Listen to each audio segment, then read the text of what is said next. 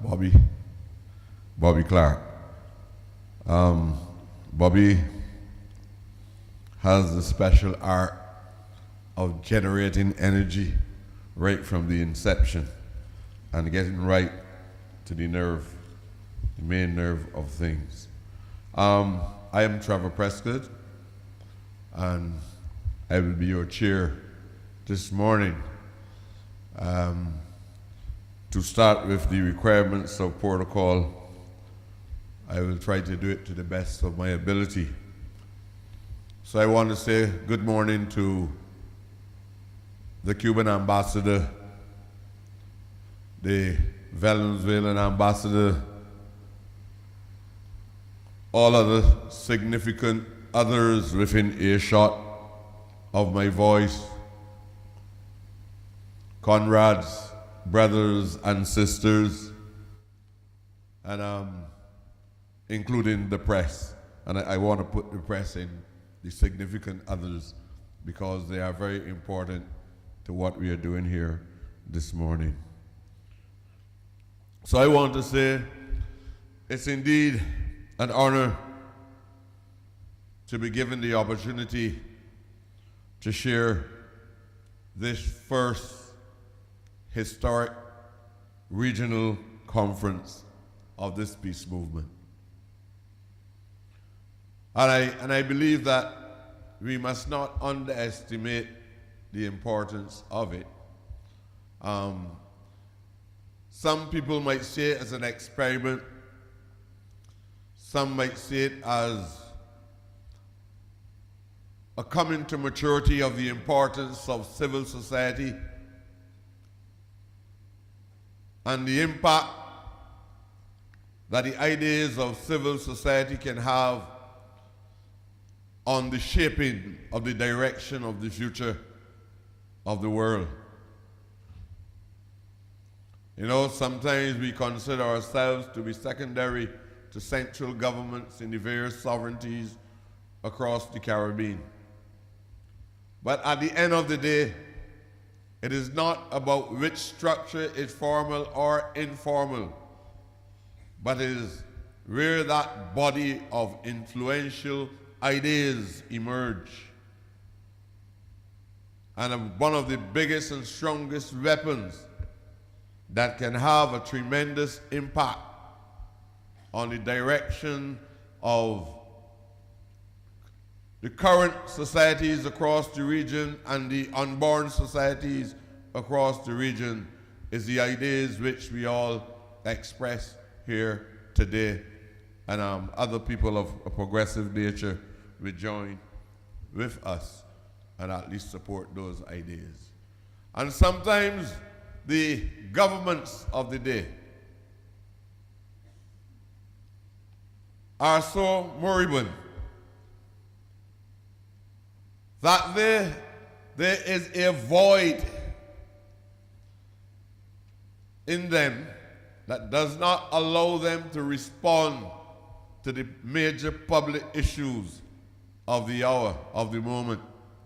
And they are happy to have interest groups, elements of civil society that can help them to really chart a new direction, a special trajectory that will carry us where we ought to go as a people.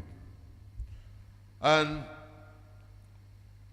I believe that that is what we are here to do. But I also want to let you know that the three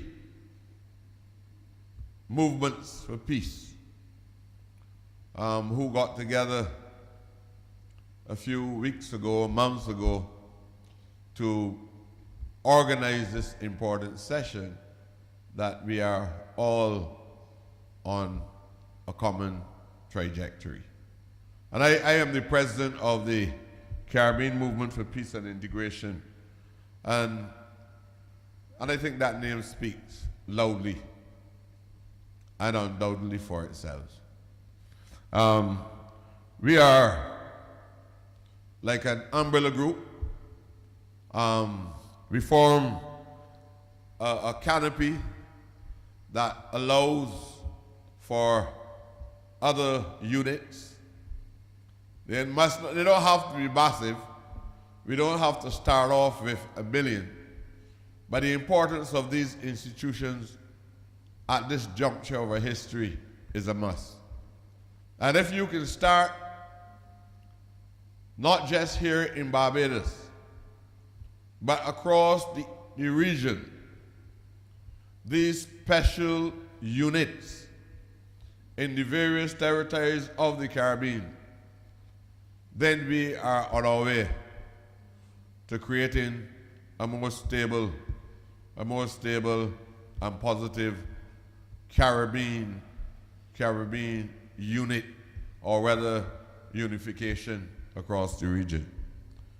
In this fight, it is also about human rights, especially about human rights in the Caribbean and our people who in the Caribbean seem to be only recognized as a labor class, to be abused and to be exploited. And we must fight and earn our place of equal status in the decision-making of world affairs. And that is important. We must never believe that because of the limited geographical space which we all occupy in the individual territories that we are inferior to any other people across the world. And we have to protect each other. We have to be extremely clear on who we are, what constitutes a Caribbean. And we must not have a construct in our minds that make us believe that those who are subjects of former British territories have a legal claim to what makes the Caribbean.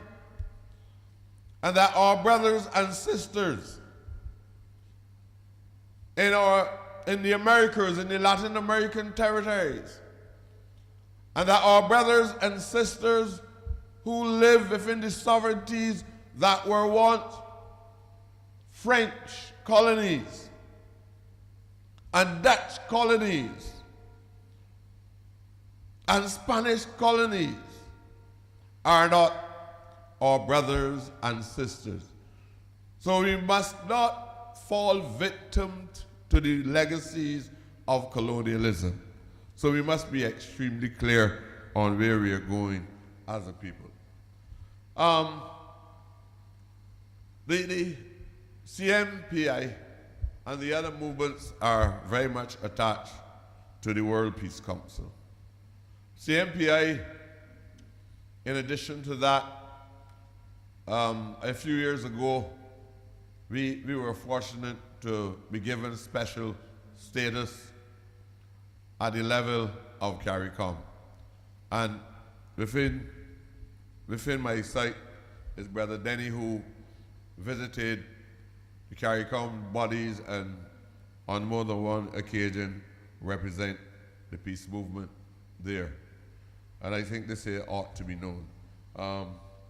So what you're going to see today, I would assume, based I still have to wait on the different presentations, but I hope that today we'll be able to look at issues of climate change, probably the causality that lead to the climate changes, because for those who are Christian-minded, you certainly know that God was not responsible for this new evil being inflicted on us. It happened as a consequence of the devious nature of man. And it is an important aspect of our lives that we must examine. So it's a major issue that has to be addressed. You have just seen what has happened in Dominica and other areas within the geography of the Western world. And therefore, it is extremely important that we examine that. I don't know if you will link it to new developments in science and technology, namely nuclear forces or any other form of experiments that are likely to be going on by the imperialists across the world. But I don't believe that it should be excluded from consideration. Secondly, we cannot be blind to what has caused us to be here in the Western world. And the intentions of the United States government to continue with the expansion of the old Monroe Doctrine.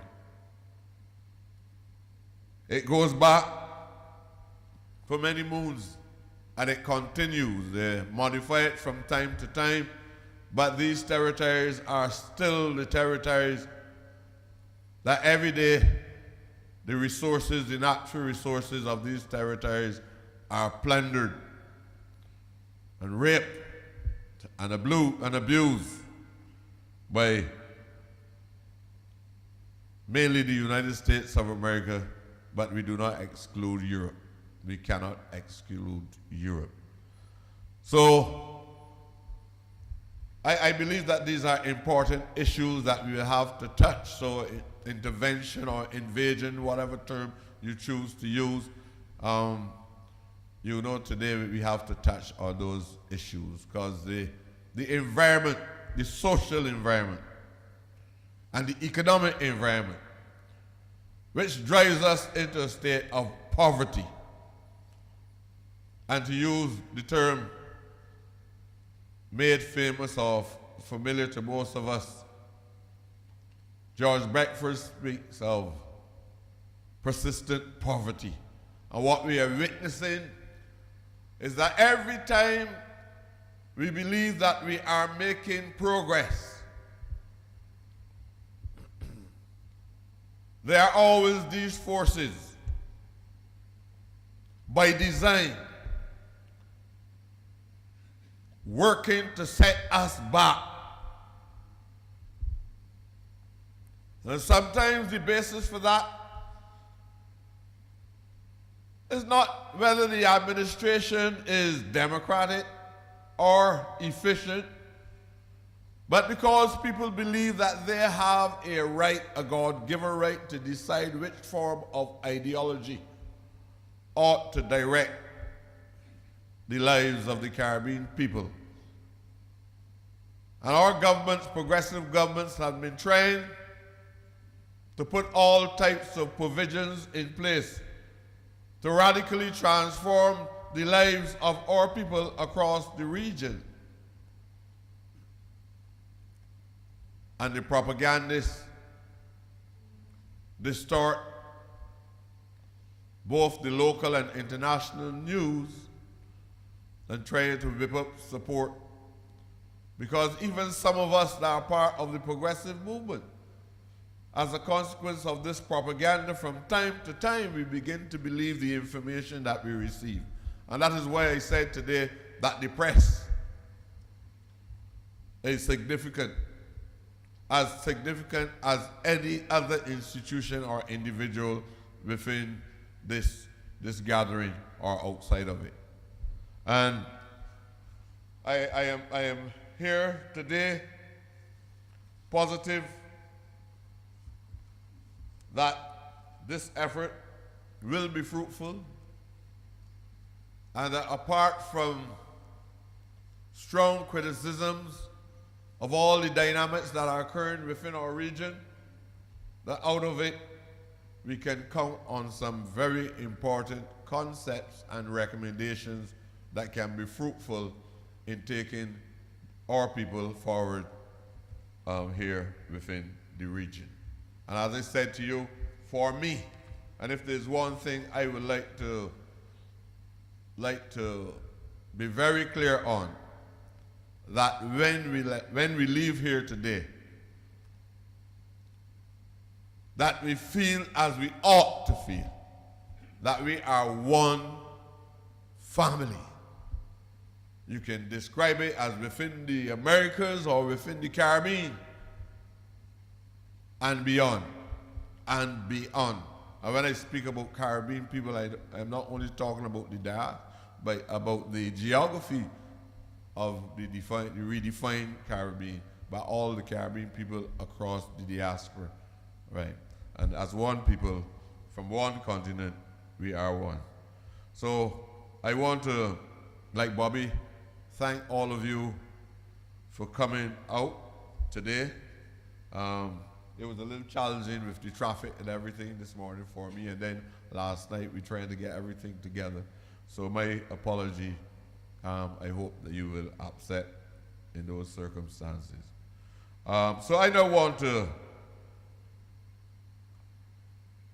introduce to you I'm not seeing him, but I hope a representative here. I now want to introduce to you Akani McDowell. I don't know if anyone is here from the NUPW. He wants to, or anyone is prepared to bring greetings from the institution. Okay, well, this one will be deferred until later. Just bringing greetings, and I'm sure that even in their absence, we know that the NUPW, who offered us these facilities, is obviously in full support of all that we're doing here. So from I have to move this one up the agenda. Probably that allows us to cut back on some of the time that we lost. The World Peace Council, from the World Peace Council, Silvio Patero, coordinator of Move Back.